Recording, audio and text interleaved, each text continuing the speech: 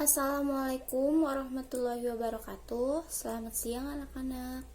Bagaimana tadi istirahatnya? Sudah sempat makan belum? Kalau sudah, pertama-tama izinkan ibu untuk memperkenalkan diri, karena ada pepatah yang mengatakan tak kenal maka tak sayang. Maka dari itu perkenalkan, Ibu Ratna Santika, biasa dipanggil Ibu Ratna.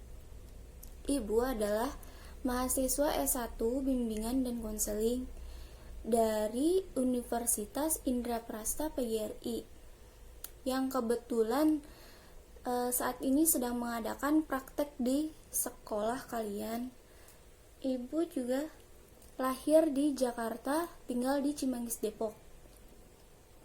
Baik, untuk anak-anak yang cantik-cantik dan yang ganteng-ganteng, salam kenal dari Ibu untuk kalian.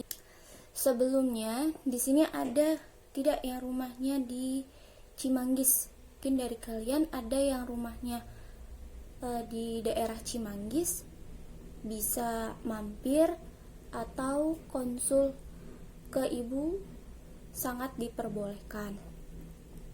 Baik, sekarang kita akan masuk ke intinya. Ibu akan menjelaskan tentang satu layanan di bimbingan dan konseling, yaitu layanan informasi. Sebelumnya, kalian ada yang tahu tidak apa sih layanan informasi? Jika tidak ada yang tahu, layanan informasi adalah layanan yang nantinya akan memberikan siswa informasi dan memberikan kalian pemahaman, dan nantinya juga akan bermanfaat untuk kalian di kehidupan sekarang dan di kehidupan nanti. Baik, topik yang akan Ibu sampaikan saat ini adalah tentang siswa yang sering terlambat masuk sekolah. Anak-anak, sebelumnya di sini ada yang sering terlambat? Ya baik, di kelas ini yang sering terlambat hanya 2 orang ya. Lalu kalian tahu nggak sih apa penyebab siswa yang sering terlambat masuk sekolah? Ya betul, yang pertama itu karena faktor telat bangun tidur atau kesiangan. Ada yang tahu apa penyebabnya? Ya mungkin karena keasikan main game online, atau bergadang karena ngerjain tugas, atau juga karena bantuin mamanya belanja ke pasar pagi-pagi untuk mempersiapkan dagangan mamanya nanti pagi. Yang kedua, penyebabnya karena faktor kendaraan. Bisa karena bensinnya habis, atau karena bannya bocor. Nah, caranya ini kan kalian masuk pagi, malamnya kalian bisa mempersiapkan diri seperti mengecek apakah bensinnya masih ada, atau apa bannya kempes atau bocor. Untuk yang tidak mempunyai kendaraan, kalian juga pasti biasanya kan naik ojek online ya, seperti Gojek atau Grab. Nah, cara untuk mencegah, untuk terhindar dari kemacetan di jalan raya, kalian bisa berangkat dari rumah itu jam 5:30, karena kan masuknya jam 7. Selanjutnya yang ketiga, tidak langsung ke sekolah atau tidak langsung masuk ke sekolah. Ibu sering melihat anak laki-laki nih, dia mampir dulu ke warkop untuk beli kopi ataupun merokok. Karena keasikan ngopi atau ada teman-temannya di sana, dan akhirnya ngobrol, dan keasikan ngobrol, akhirnya mereka terlambat. Ibu ada ilustrasinya. Ada seorang anak laki-laki, dia datang tuh dari jam 6:30, sedangkan masuknya itu jam 7 pagi. Berarti masih ada waktu 30 menit. untuk sarapan. Nah, kita sebut saja yang si anak laki-laki ini adalah si A. Si A ini mampir ke warkop untuk menunggu temannya. Dia duduk-duduk santai untuk menunggu temannya. Setelah temannya datang, sebut saja si temannya ini adalah si B.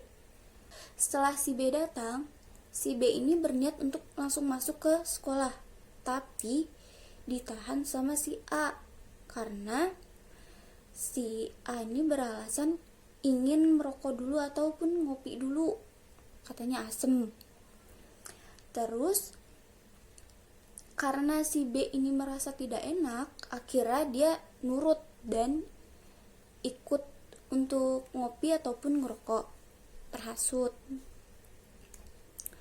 Nah, karena berjalannya waktu, bunyilah bel.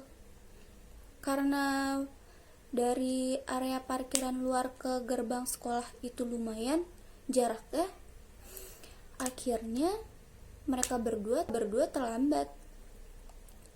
Dan yang tadinya niatnya si B ini mau belajar ataupun mengikuti jam pelajaran pertama, akhirnya harus dihukum dan ketinggalan satu mata pelajaran.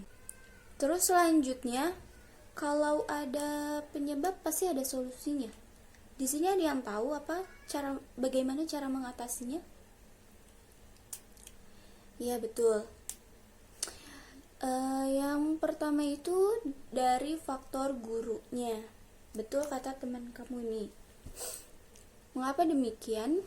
Karena guru ini kan harus menjadi contoh yang baik untuk siswanya. Karena kurang mendidik jika si gurunya ini ikutan terlambat sama siswa yang terlambat. Sedangkan gurunya ini diperbolehkan masuk oleh guru piket ataupun satpam. Sedangkan siswa yang terlambat ini harus tetap nunggu di luar. Itu sama sekali tidak mendidik ya anak-anak. Selanjutnya yang kedua, mengumpulkan murid di lapangan dengan mencatat nama siswa yang terlambat serta kelas, wali kelas, dan nomor handphone orang tuanya. Jika nama si anak ini ada 3 kali di buku kasus, maka mau tidak mau harus dipanggil orang tuanya. Dan jika nama si anak ini ada 5 kali, maka mau tidak mau pihak sekolah harus mengirim surat peringatan ke siswa tersebut. Lalu selanjutnya, cara pencegahannya bisa dari setoran surat. Bagi yang Islam, menyetorkan 3 surat terakhir ayat Al-Baqarah. Dan bagi yang non-muslim bisa menyetorkan 3 ayat dari Alkitabnya masing-masing. Dan juga bisa juga dari denda, misal bisa sebesar 2.000 atau 5.000. Nah, nanti duitnya bisa diserahkan ke uang kas.